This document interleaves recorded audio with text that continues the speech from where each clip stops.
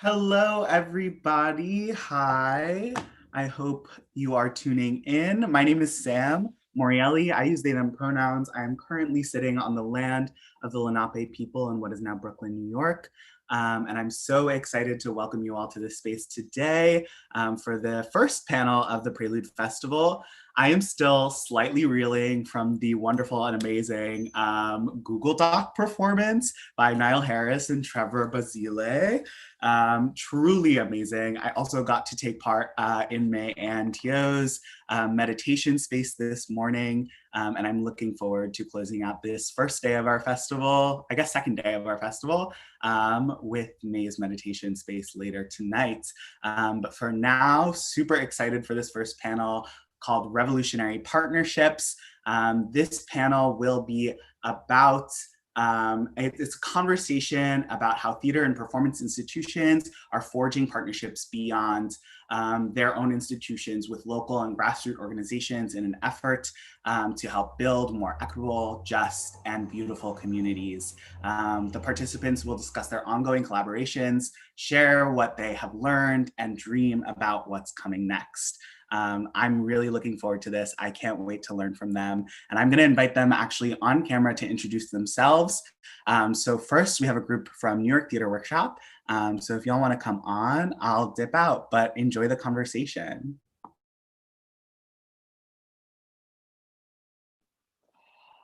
Hi, everyone. Thank you for tuning in. My name is Alex Santiago Hirao, he, him, and his. I'm the Director of Education at New York Theater Workshop, currently coming to you from the land of Lenape in Madison, New Jersey, actually. And here with my colleagues. Yeah, go ahead, guys. Hi, everyone. I'm so excited to be here. My name is Zafi Dimitropoulou del Angel. I use she, her, hers as my pronouns. I'm the artistic director at People's Theater Project, and I'm currently tuning in from the land of Lenape and Wappinger. Hi, my name is Gavin Trinidad. Gavin rhymes with Raven, he, him, his, and I'm the Community Engagement Associate at New York Theater Workshop, and I'm currently Zooming from the East Village, Lower East Side, also home of the Muncie and the Lenape. Great. Are we inviting the folks from Jack now to introduce themselves as well? I think so.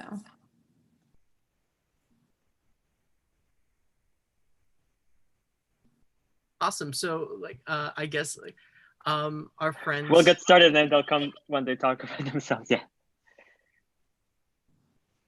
Great. So I'll get us started just to frame a little. Oh, here we are. Yeah. Hi, Sam. Okay, go. Hi, my name is Sam Johnson. I am currently on the indigenous land of the Lenape people. I am Brooklyn, New York. I am with We Keep Us Safe, and I have a great partnership with Jack Theater. And Jordana is around here somewhere. But yeah, so that's our partnership with Jack Theater, and We Keep Us Safe.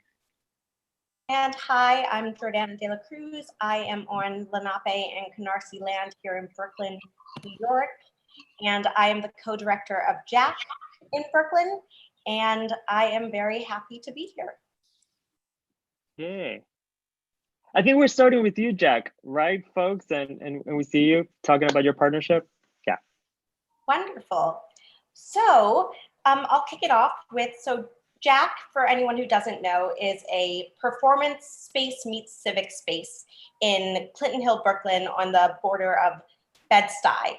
And Jack has been around since 2012, and Jack is all about experimental arts and about connecting with the community. And so with connection with the community, that is really an equal leg for us to all the performing arts we do in music, dance, theater, and such. And so then when the pandemic hit, and we all went into quarantine about March 11th, we had to cancel the rest of our season, as all of you did as well. And so here we are with our space, because Jack, we have an actual space, 18 Putnam Avenue, and we have the space that we can't be in, and that we can't have all these amazing artists that we had programmed in as well. And we can't have discussions in person that we want to have about what we're going through, and what our industry is going through, and what we personally as artists are going through, and just as humans. That's like an experience, despite if you're in art, business, or otherwise. And we just really wanted to be of service to the community because that's such a big part of our organization. And so with that in mind, we started brainstorming, thinking, could we be a testing site? Could we be a storage site for food? And trying to figure out the ins and outs, the permits. And then finally, we actually just we put a call out asking, what do people need? What can we do with this space that is safe and will benefit everyone and connect everyone? And our board member, Brittany Williams, actually said, hey, I'm with this incredible organization, We Keep Us Safe. And I'm gonna let Sam talk a bit about We Keep Us Safe. So We Keep Us Safe started around, I think, 2016, 17, around Hurricane Irma. Actually, Brittany Williams was down in Florida orchestrating, trying to get the shelters open because they had in South Florida, they had closed all of these forms of housing. And so individuals were stranded and they didn't have resources. And so at that time, she mobilized us, a group of friends. We've organized in many different facets together, but we organized to get food and supplies to family members in Florida and Miami. And actually, Brittany actually orchestrated for 13 shelters to be reopened by the state to ensure that people had actual shelter and safety.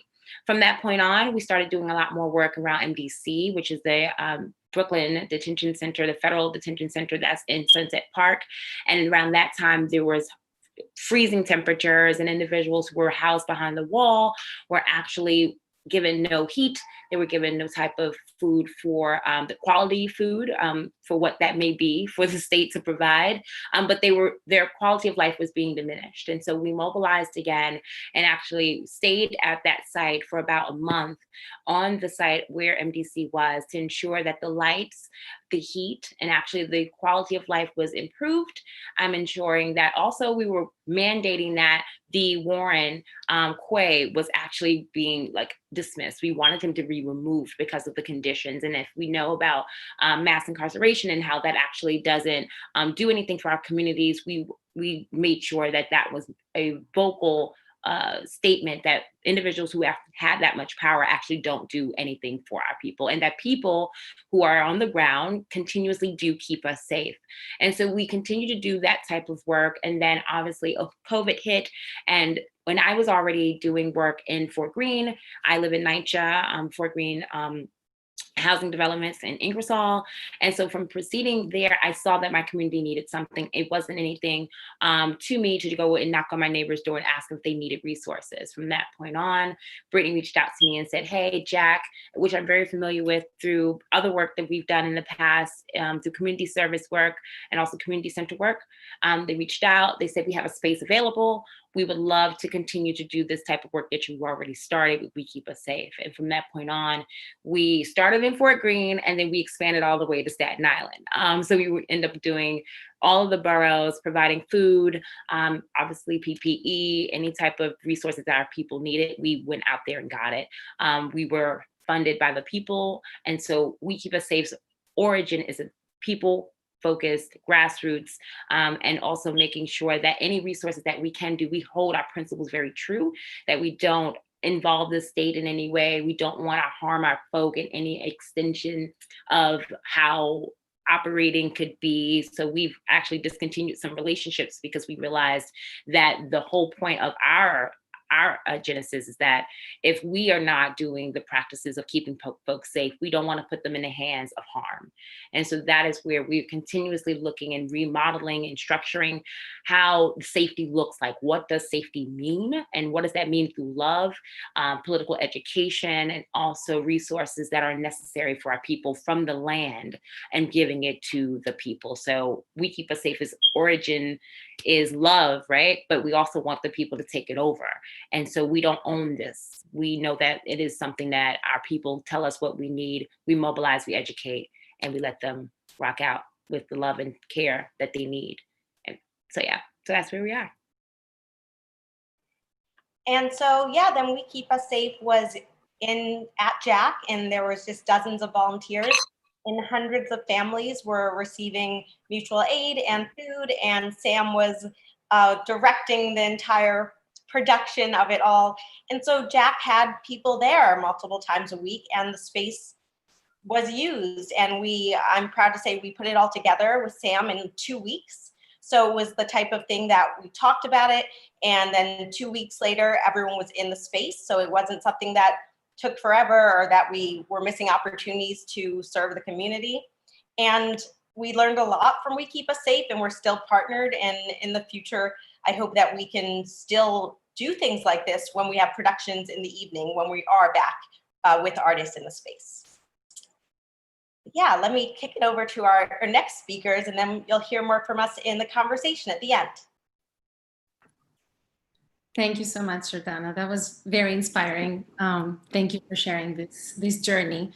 Well, I can start and speak a little bit about People's Theater Project and what we do, and how we started this partnership with New York Theater Workshop that we're really excited about. So People's Theater Project is an immigrant-led anti-racist organization that does ensemble-based theater work with immigrant and BIPOC communities to really strengthen the movement of social justice. So we are rooted in Upper Manhattan. Our home is Washington Heights and Inwood. We believe that all people are artists, everyone in their own different ways. And we believe a lot in the power that young people hold. So one of the many programs that we have, it's the PTP Academy for Leadership, Theater, and Activism. So this is a rigorous multi-year program that is devoted to the holistic development of immigrant youth, where kids come there, they audition they participate in group auditions, they join the PTP program. And what it really is a brave space for young people to be their truest selves and to grow into the leaders that they are. So they come once a week when that was safe.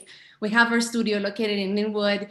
They would come once a week during after school hours and really participate in fun, creative activities that would ignite those conversations around the community, around all of the topics that young people are, ready to talk about and want to put out into the world in very creative ways.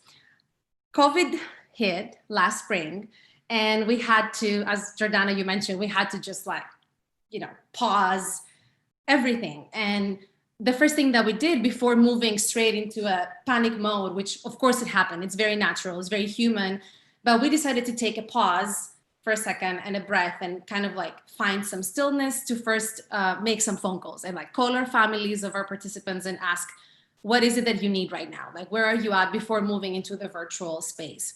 That took us around 2 weeks, maybe. We were able to connect with founders of ours and the community, people from the community that help us a lot. So we were able to set up the Academy virtually, again, after 2 weeks. And then we realized that a lot of young people were bored staying in.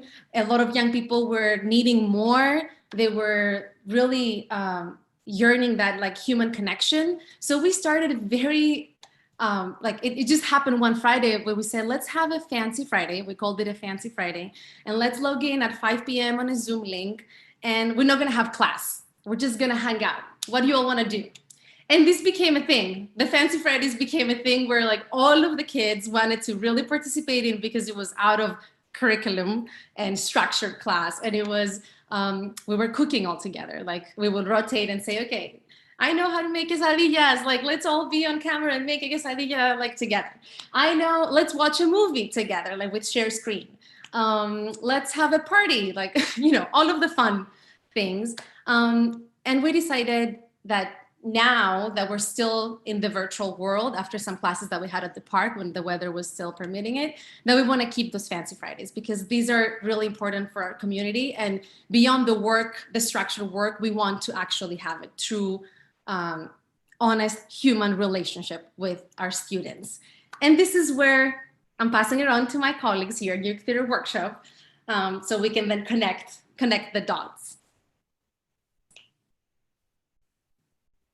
Thank you, Safi. Yeah. So very quickly, so in essence, at New York Theater Workshop, we are interested in our educational and community engagement programming interested in centering the voices and leadership of BIPOC youth and immigrant youth. We had known about People's Theater Project, the amazing work that they're doing uptown, and been following their work for a number of years, and entering in conversation this past year before the pandemic started about ways in which we could work together to serve the community that they're serving in meaningful and impactful ways through, the creation of arts education programming for the youth in the area.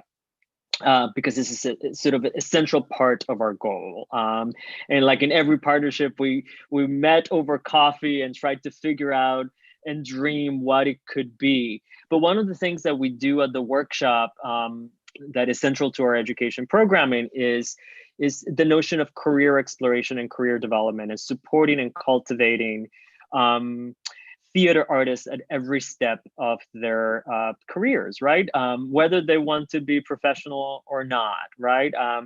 It's also the same belief that PTP has, that we're all artists. We all have a right to access theater as a human right and as a form of expression and as a form of activating oneself and the community, and using theater as not only as a form of telling stories, but also for social justice, right? As a tool for learning, activating, planning, and strategizing as well. So we share that sort of common philosophy. And we have access in our community to many, many, many artists. And one of the things that we do at the workshop, as I was saying, is a series of career workshops for young people so that they begin to have access and an understanding of potential careers in the theater. And what makes it very special for us is that we involve the entire institution, right? So it's not just the education department and or teaching artists or artists that are providing services through our education programming, but the entire institution. We actually call upon everybody in the institution, from our marketing folks to our production management folks, costumes, producing, casting, our artistic folk. And we work with every member of our staff that sort of volunteers to do these workshops to prepare, to engage, and meet the young people. And so Gavin can talk a little bit more about these workshops that we are doing, and in this partnership that is actually a nascent partnership. We've been scheming for a year, and now we're putting it together online, and so we're really excited about that. As Alex and Zafi were saying, the way that we approach our activism and our engagement is through the importance of education. And I can speak for myself.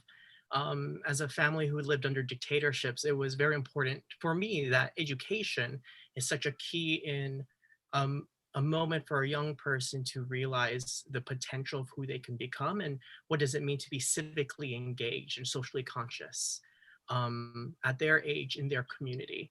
And we knew what we had was the arts, and how personally for me, it's transformed me as a young brown immigrant from a young brown immigrant family to find myself and find the language or languages to describe where I am now. And so what I love about the work that we're doing, it goes hand in hand with both of our missions. And as Alex was saying, is that it's an investment from the entire institution.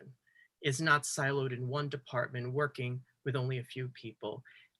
It's truly a buy-in from every single person in both institutions, and knowing that we're here for these young people who have trusted and given up like so much of themselves to learn and to cultivate, and is truly trying to create a community that and space for them to flourish.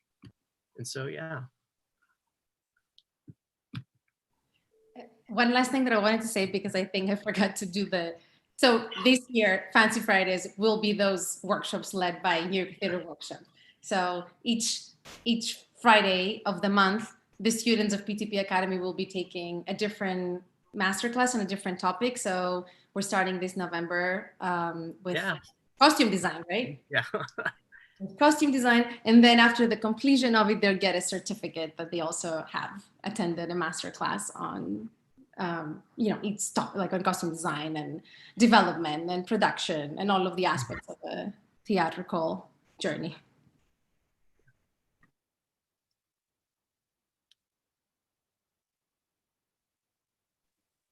That's a little bit about us. Should we open it up for conversation and thoughts about partnerships and how we put them together? Yeah, one of the things that I sort of wanted to convey in terms of our partnership is that one of the things that was really important to us is that, as I was saying before, that our sort of mission and our goals aligned, right? And that there was a clear philosophy that we sort of both had in terms of the kinds of work that we wanted to do and the ways in which we wanted to serve young people, right? From our perspective at New York Theater Workshop, we didn't want to be in a position. We wanted to be of service to the community. And how can we share our community? How can we share our resources? How can we share our connections in the theater world for folks to have access, for folks to have information and resources, and meet artists that are doing the work. I think one of the things that was really, really important that we sort of learned is really important for PTP is the opportunity to create opportunity for the young people uptown and kids to have access and sort of envision a possibility, the possibility of a career in the theater, the career in the arts. And some of it is lack of access to professional producing companies. At the workshop, the emphasis has always been on cultivating a community first and foremost, entering into conversation, and then providing access for folks to develop, learn, and hone their craft, right? We were interested in a partnership, but we didn't want to impose. We didn't want to impose that would be the sort of the goal on the other end. But it's so wonderful that aligns so much with what People's Theater Project wants to do, which is provide access to youth that otherwise, without the program, wouldn't have access to some spaces around the city. What are some of the things you have learned in your partnership, folks at Jack and we see? I'd say that I think just something that I feel like I already know, but it's constant communication is very important. But that's something I feel like we knew beforehand, but this was just a different way of communicating. And just in terms of Sam, I know could talk about how many people that she was coordinating through all of this. And Sam was our point person. So we were talking to Sam, but Sam, I feel like, was talking to dozens and dozens of people. And so how to figure out how to connect and support her when she had all of that weight. And so something that we tried to do was to take over the buildings around us. So anyone in the buildings around us who wanted or needed support or anything, tackling that and figuring out who could support that process so that Sam had less to focus on across the street and could keep going inwards, outwards. That was something that I felt like was successful. And it was just an exciting part of the growth, because that didn't come till later, having our actual neighbors across the street from us that we see all the time at Jack receiving and meeting for mutual aid. I would say for me, the one thing that I've always wanted was to really hone in healing and love, and also the practice of art. And what that means in my perspective is just that one thing we can do is just like Jordana was saying, reach across the street and like show that sometimes institutions may be very isolated, but Jack has done a great, amazing job in making sure that everybody in the neighborhood knew about us, that it was really transparent, it was an open door policy, and it was really just community building more so than I've seen before. And the thing that I've also learned was that having true partnerships that truly believe in the community and want to really do right by the community consistently was also a driving factor. And yeah, I was talking to many, many people, but I never felt alone. And I never felt as if it was an isolated project, that I was in a silo by myself. And it was something that I just had to meet my deadlines or make the appearance of the space better. It was already a warm space. And I think that goes to the intentionality of an artist space to create that before you get into it.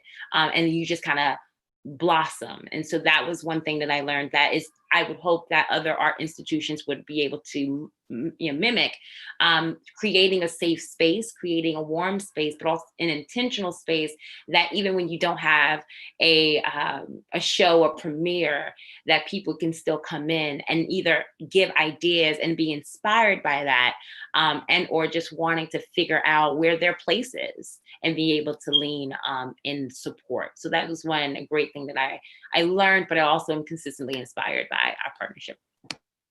Sam, something that I really that hooked onto me, that what you just said, that resonates with me is, you know, you have to create such a beautiful partnership, an intricate partnership of understanding and trust to provide consistently and I think that's the difficulty that the challenges I've learned within this position. What is the relationship of a theater institution to its community and to our local local activist organizations, and how can we create a relationship in which it's reciprocal but is sustainable, can be sustainable and actively support.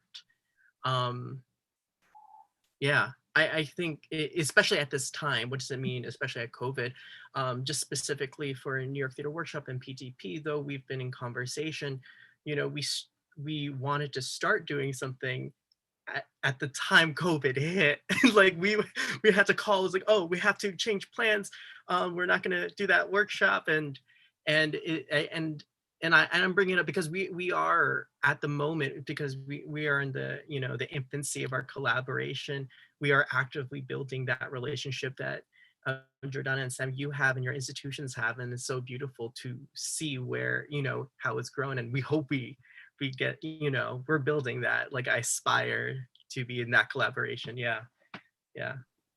And I was going to say, even at this early stage of our partnership, we've already been inspired by how PTP has responded to the moment. You know, when in the COVID crisis, with their academy for these young folk, you know, they were really committed to putting it, you know, taking the academy online, right, and committing to these young people, and you know, they have a staff person that is a youth advocate, right, who works with the youth, reminding them, engaging them, making sure that their families are okay, making sure that they're accessing their resources, and sort of engaging them in that consistency. That was inspiring, right? And it's inspiring, and it to me was inspiring that they were trying to figure out how we take this intricate curriculum online, that it inspired us at the workshop to, you know, to create a program that was online. And so we are doing a program at the workshop called the Youth Artistic Instigators, that is inspired by the way we are doing our season this year, which is online, virtually, and perhaps at some point socially distanced, but we sort of went to a community of artists, and in essence, send them a provocation and ask them to dream work for the moment, right? And that we would, you know, listen to their ideas and produce their ideas of theatrical work that was speaking to the moment, both in terms of the pandemic and the moment around sort of racial justice, right? And so that was inspiring for us, right? could we provoke students, young people, to create work about the moment? Yes. Could we do it online? Wonderful. And then now that we're in the virtual space, could we open it not just to New York City youth, but youth across the country? And so our program has, young people from all around the country that are creating together around notions of transformation, social change, and social justice. And in a way, we're inspired by so many things, but inspired by PTP's decision to say, well, we're going to move on with our academy. We're going to provide the service, and we're going to do theater. We're going to do theater with our ensemble of young people online, right? It's going to be challenging and difficult, but we're going to do it. So we're also in the midst of exploring that and doing it.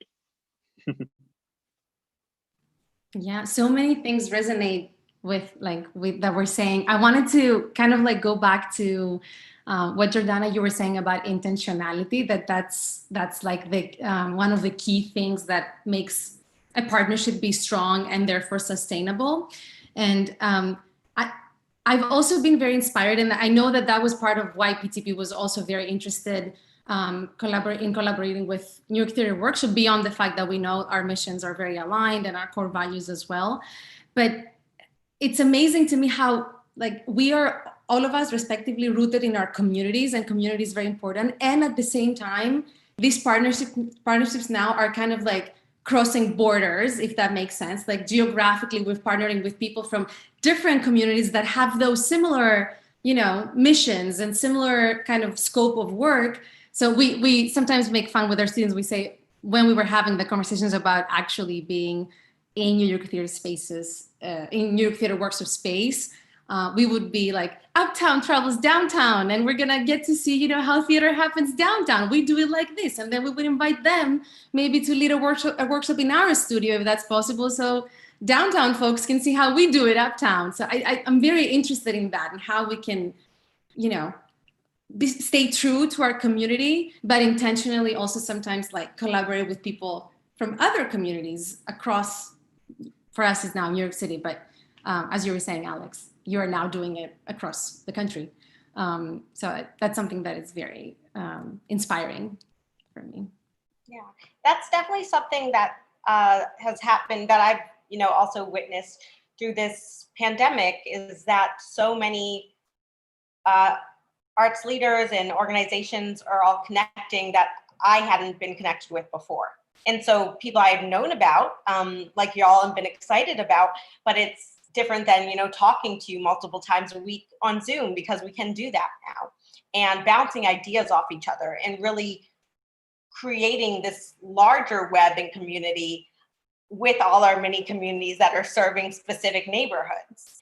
And it definitely feels, maybe it's just because we're all going through the same thing together, but I feel far more connected to different theater organizations and different activist organizations than I did a year ago.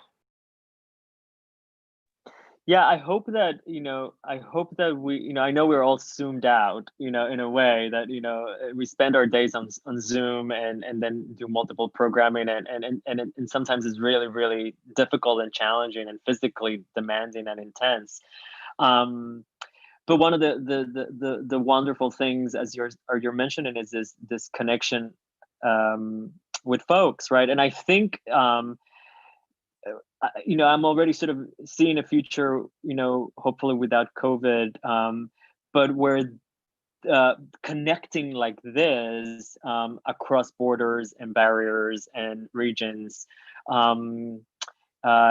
it's hopefully going to stay. So it's no longer that it would no longer be okay to say, well, you cannot participate in our programming because you are miles away. That there's a way in which we can collaborate in many different ways and many different mediums.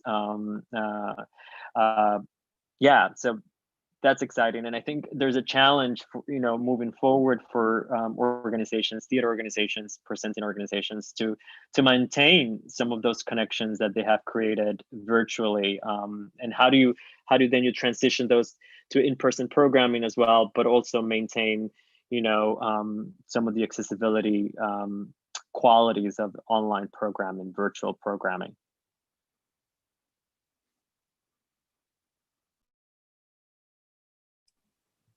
Sam, there was something, sorry, I just really love what you said earlier. There was also another thing that I wanted to bring, which is connection to what has been said about, I mean, specifically in this time, the way that we've all come together and worked together during the pandemic and during the uprisings and creating discourse and safety. You spoke specifically about the possibility of space for community when you go into an art-centric / socially conscious space when they come together. And I think we've all worked in person during this pandemic as well, physically. And I also wonder how everyone feels about creating that community and continuing this partnership and creating that space of safety and expression online. Like, how do we continue to serve these communities online? It's just it's something that just popped, but it's a challenge that I've been facing. How can I know what I could do in person, and there's a certain feeling, there's a certain type of energy I get, and then how do I bring and ensure that safety and sense of community online to those who can access it and need to access it via that way? Yeah. Well, for me, I'm now just getting comfortable with people being in my home, literally. They're literally on my sofa and seeing my cats run around. So it has a sense of breaking the fourth wall, right? And understanding that in order for me to keep any phrase, if I say safety, I really mean what is the level of comfortability that you and I can exchange, right? What is the level that we can have a conversation that we can easily turn off our camera, we can shut down at any particular time. We have that still the same autonomy if we were in person, but definitely what does that look like as far as what you're mentioning, Gavin, when you're just kind of doing 17 different things and you want to maintain that sense of sincerity to the exchange. And so I think for the zoomed out folk, which all of us are, we still have that comfortability of knowing that we're in a space that you have to invite me to, right? And there's always that invitation, and the discourse of knowing that invitation is always open, whether we choose to or not choose to. And there's also patience. I think we've gained a lot of patience through COVID, with ourselves first, and then with others. And so the thing that I'm learning when it comes down to maintaining a form of safety is really, what does my own comfortability? I'm more aware of myself. I'm more aware of the space in which I occupy. A lot of Zoom calls are now being more recognizing in the land in which we're in. And we're being more conscious about how we occupy space within the space that we thought was our own. And when we're always inviting folk in, we have that moment of saying, okay, well, I have 9 people right now in my living room and they're in the space, and I'm able to take time and patience with myself about exchanging what is comfortable for me. And it's not that I'm going to be frozen, but it's just I have more patience. And I think for the exchange with young people, that's what we've always wanted from them. And we've always wanted an exchange of just being relaxed and just doing a breathing exercise, and then, maybe doing some fun, warm-up games. And so this is kind of the opportunity where family can be engaged, and that the moms and the dads and the partners of their lives and the people who engage with them can see the vibrance. They can see the energy. They can, because they have never seen it before. They've never been able to go into that classroom and see them do a Zoom game or see them talk about colors or some like vocal exercises and see the joy that it brings. And so I think that there's very, very many ways in which we may be impacting young people or people in our community, but we're also impacting those who view them as well. And so that's the way that I take this away, because I know when we were doing mutual aid, I was only kind of thinking about meeting the need, right? Meeting the where we're not at. But then I realized that people were watching me consistently. When I'm in my house, when I'm not in my house, I'm going to the corner store. And that's the way that I built a lot more community relationships, because people were like, you're just hustling. What are you doing? How are you doing this? And I would say, Jordana, I have 17 pallets of potatoes. I don't know how I'm going to do it, but, and then I'll get, community members from across the street saying, I see you do this. Where can I fit in? And they're also opening their homes to me. I've been in 17 million homes, and I'm like, I love it. Where we didn't have that before. So COVID has taught us how to be patient with ourselves. And I think with the youth, they're also being patient with you as you work through this with them, and you're not judging where they are in their home, and the fourth wall is being broken consistently. So that's my perspective to it. Yeah, that has been so important for us to not judge, right? The young people in their homes and how they're accessing their space. They're so conditioned in our educational system, right, and told to behave in particular ways. But what happens when your home is your school, when your home is your theater space, your creative space, all of those sort of things combined, and then you're inviting folks into your home. We have to undo those expectations. Not that we always had them, but it's hard for them to undo those expectations as well. And so we have to create a space where they feel safe being themselves, right, with others. Yeah, that resonates. Absolutely. Yeah. What are you looking forward to in your own partnerships? Oh, Safi, you had something to say. Yeah, I jumped the gun. No. That's it. I just wanted to add, to share a moment, because at PTP, when we start the classes, we always start with the devising of the brave space agreements. How do we move from like safe also to brave space, also because it's theater and for all of the other reasons. And now that we're having this conversation, I did notice that a big part of what goes under our contract of brave space agreements, when it's being devised online, you can see the difference. You can see how the young people are putting different sentences. They're forming different sentences when we're doing this activity of the brave space agreement in comparison with when we were doing it in person in our studio. So now what you're describing so nicely, Sam, is bravery now means also literally, I want to be brave enough to not think that people will judge me if, you see my kitchen behind and we just had like lunch all together and you see our family mess and we're all like, yeah, that's how all of our kitchens look right now. So don't worry, we're not looking at this. We're, here focusing on this vocal activity. So it's what you said so nicely, like the young people know that. And I just see, it's beautiful to also see that in action in the activities, how now even bravery is being redefined as a concept in their minds when we're talking about it. Alex, you had a question, sorry to. You're on mute.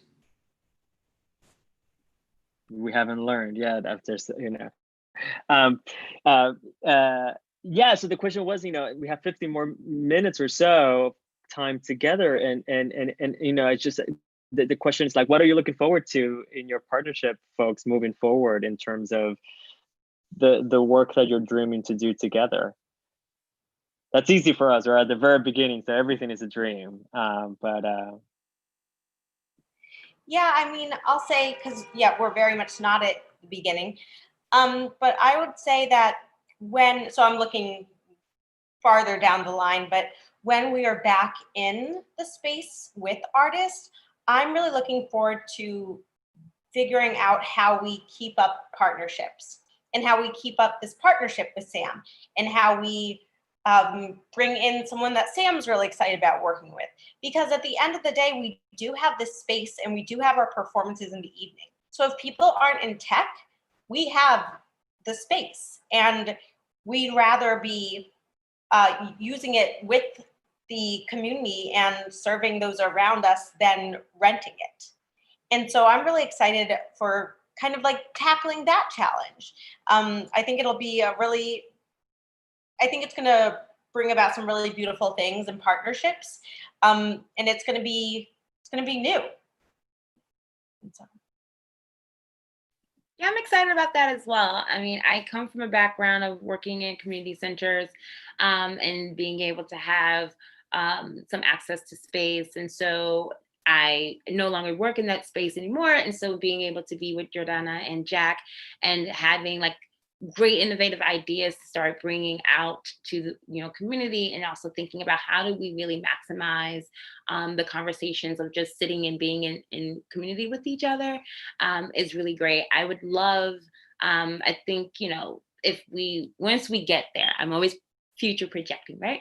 Once we get to a point of COVID being manageable, that we're talking about what health really looks like and what our wellness looks like, mental health looks like, people talking about their feelings and emotions and being able to have, like, not necessarily a lounge, but just an open dialogue of saying, this is where I'm now able to transition into as we're going through multiple different phases of our personal life as well as our professional. And when community members are having maybe a moment where they just like, I'm confused, that they find another space that they can go to and just breathe, and being able to go into whatever their day is requiring of them, but definitely an open, chill space that they can do, like Jordana is mentioning. So that's something I'm looking forward to potentially.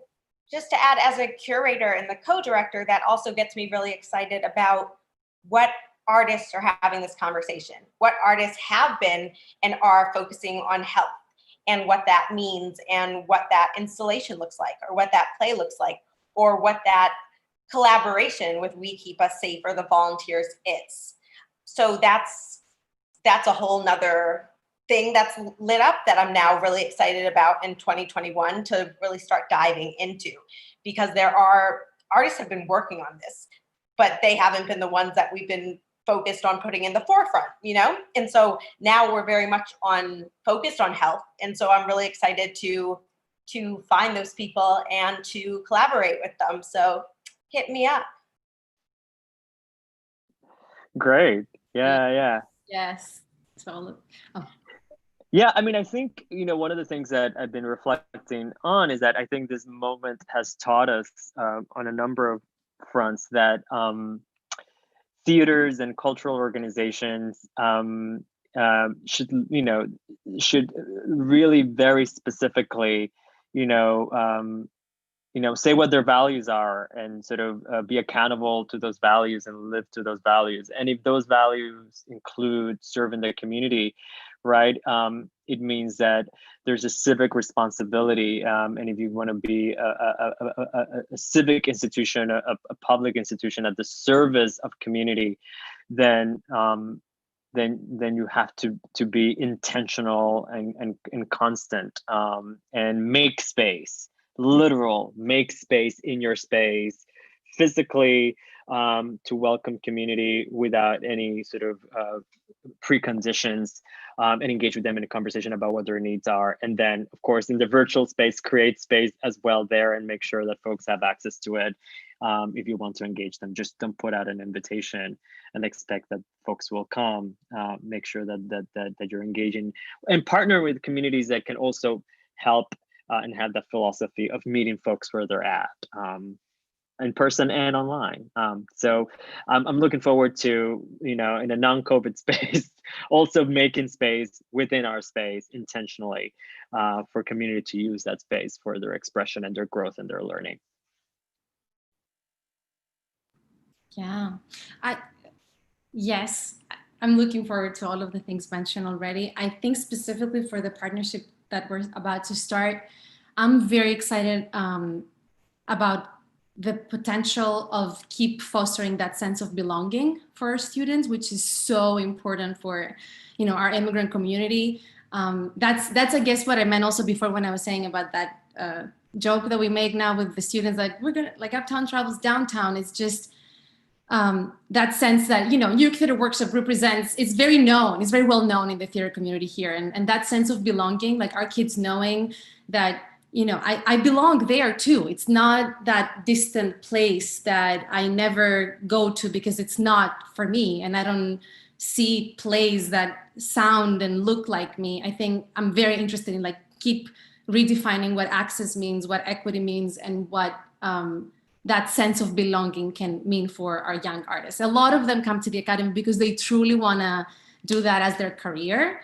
And I know just for myself, from my background, being an immigrant in this country, I know that I can't go into equity because they don't allow if you don't have a green card, for example. It's not for if you're not a citizen. So that's something already that we discuss these kind of things with our students. We're having these conversations from now, even though they're still in middle school and high school. We know that the way systems have been functioning, they're not actually welcoming for a lot of folks. So for me, this is a beginning. This is like a start of that keep deepening that sense of belonging, that I belong here. Of course, with the respect of knowing how much space we occupy and how much space we share and how much space we, take more space when we have to, and like take a step back when we also have to. But yeah, belonging is what I'm really excited about. I guess this might be jumping the gun, but what excites me about is thinking about in the next several years, especially the academy. For those who don't know, what drew me personally to PTP is that in the academy, it's social justice oriented, and it creates a space in which students are wrestling with complicated, nuanced issues of immigration, sex and gender, racism, anti-Blackness, and it's something that Sam had said earlier, was like the creating space for healing, recuperation, to then push on to do work. And I'm looking forward to these young people and participating, and the staff participating in that cultivation of these young people, realizing there are, the beauty and how necessary it is for artists to be civically engaged in their communities. Especially PTP is very much about, serving the neighborhood in Washington Heights and Inwood. For us in the East Village, for New York Theater Workshop, Lower East Side, the Village, Alphabet City, where I was born and raised. And so I'm looking forward for these young people to, like learn from us and we learn from them and collaborate and see what they do. I think I might be, but that's the dream, like that, when you give the tools to young people and you create a space of nurture and giving them the possibilities to dream beyond what they believe was afforded to them, and they could just dream the impossible. I'm looking forward to that beauty, that beautiful moment. Yeah. Something the I verb. just want to piggyback. Yeah, go ahead. Mention, Gavin. When you're talking about like the spaces for healing, I'm thinking of all forms of resistance, right? What does that really look like when we're talking about healing? Because that within itself is a revolutionary break, right? And thinking about how are our partnerships really pushing that needle to ensure that we are consistently innovative about resisting what the social norms are, resisting the conversations that everyone wants us to really have, but we're not really talking about, and thinking about how to expand the way that we are right now. Because if we know history, it repeats itself. And if we know how we always are thinking about social constructs, they're always meant to be broken. And so are we really giving our communities the tools that are essential for when the next COVID breaks, right? Are we really doing political education that's really giving our communities and ourselves a well-versed and well-rounded opportunity to continuously push that obvious conversation, but to push it even harder? And as artists and as social justice organizers, agitators, what are we really doing to make ourselves uncomfortable? So that the state or other forms of oppression are no longer able to continuously to put us in these spaces again.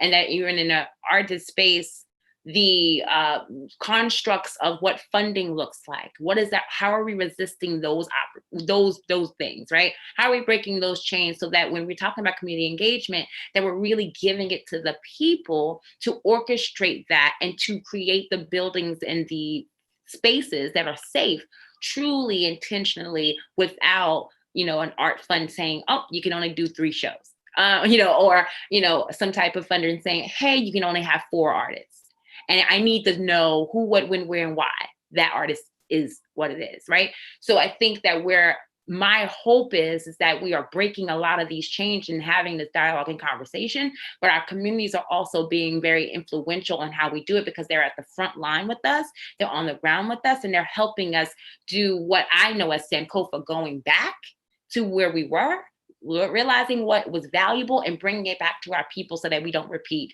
the faults of our history. So that's one thing as well. I love that, Sam, because our community members are the stakeholders. Our future is truly based on what they want and what they need.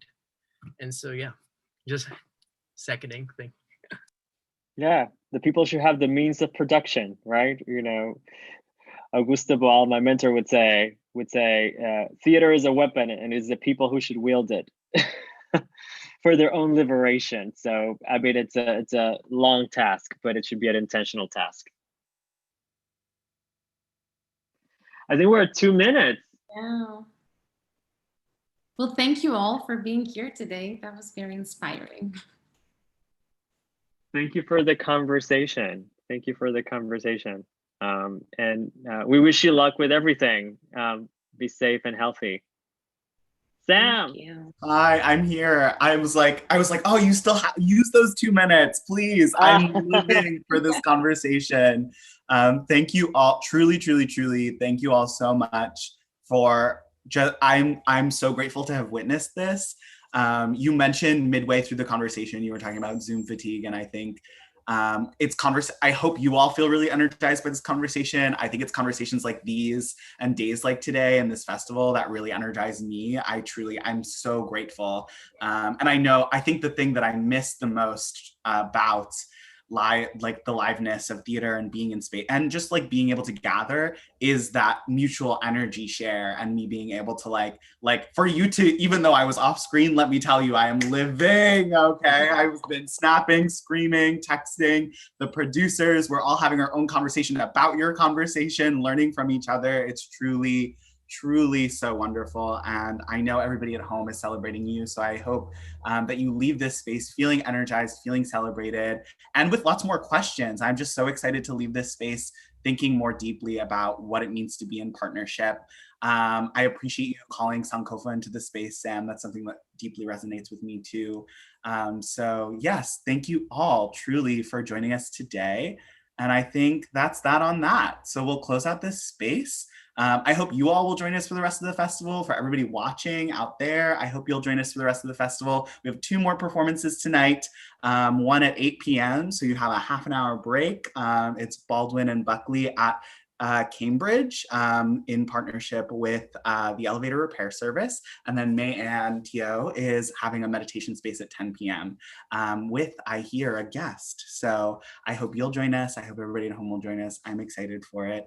And we have so many more days. I'm so excited. Thank you. Thank you.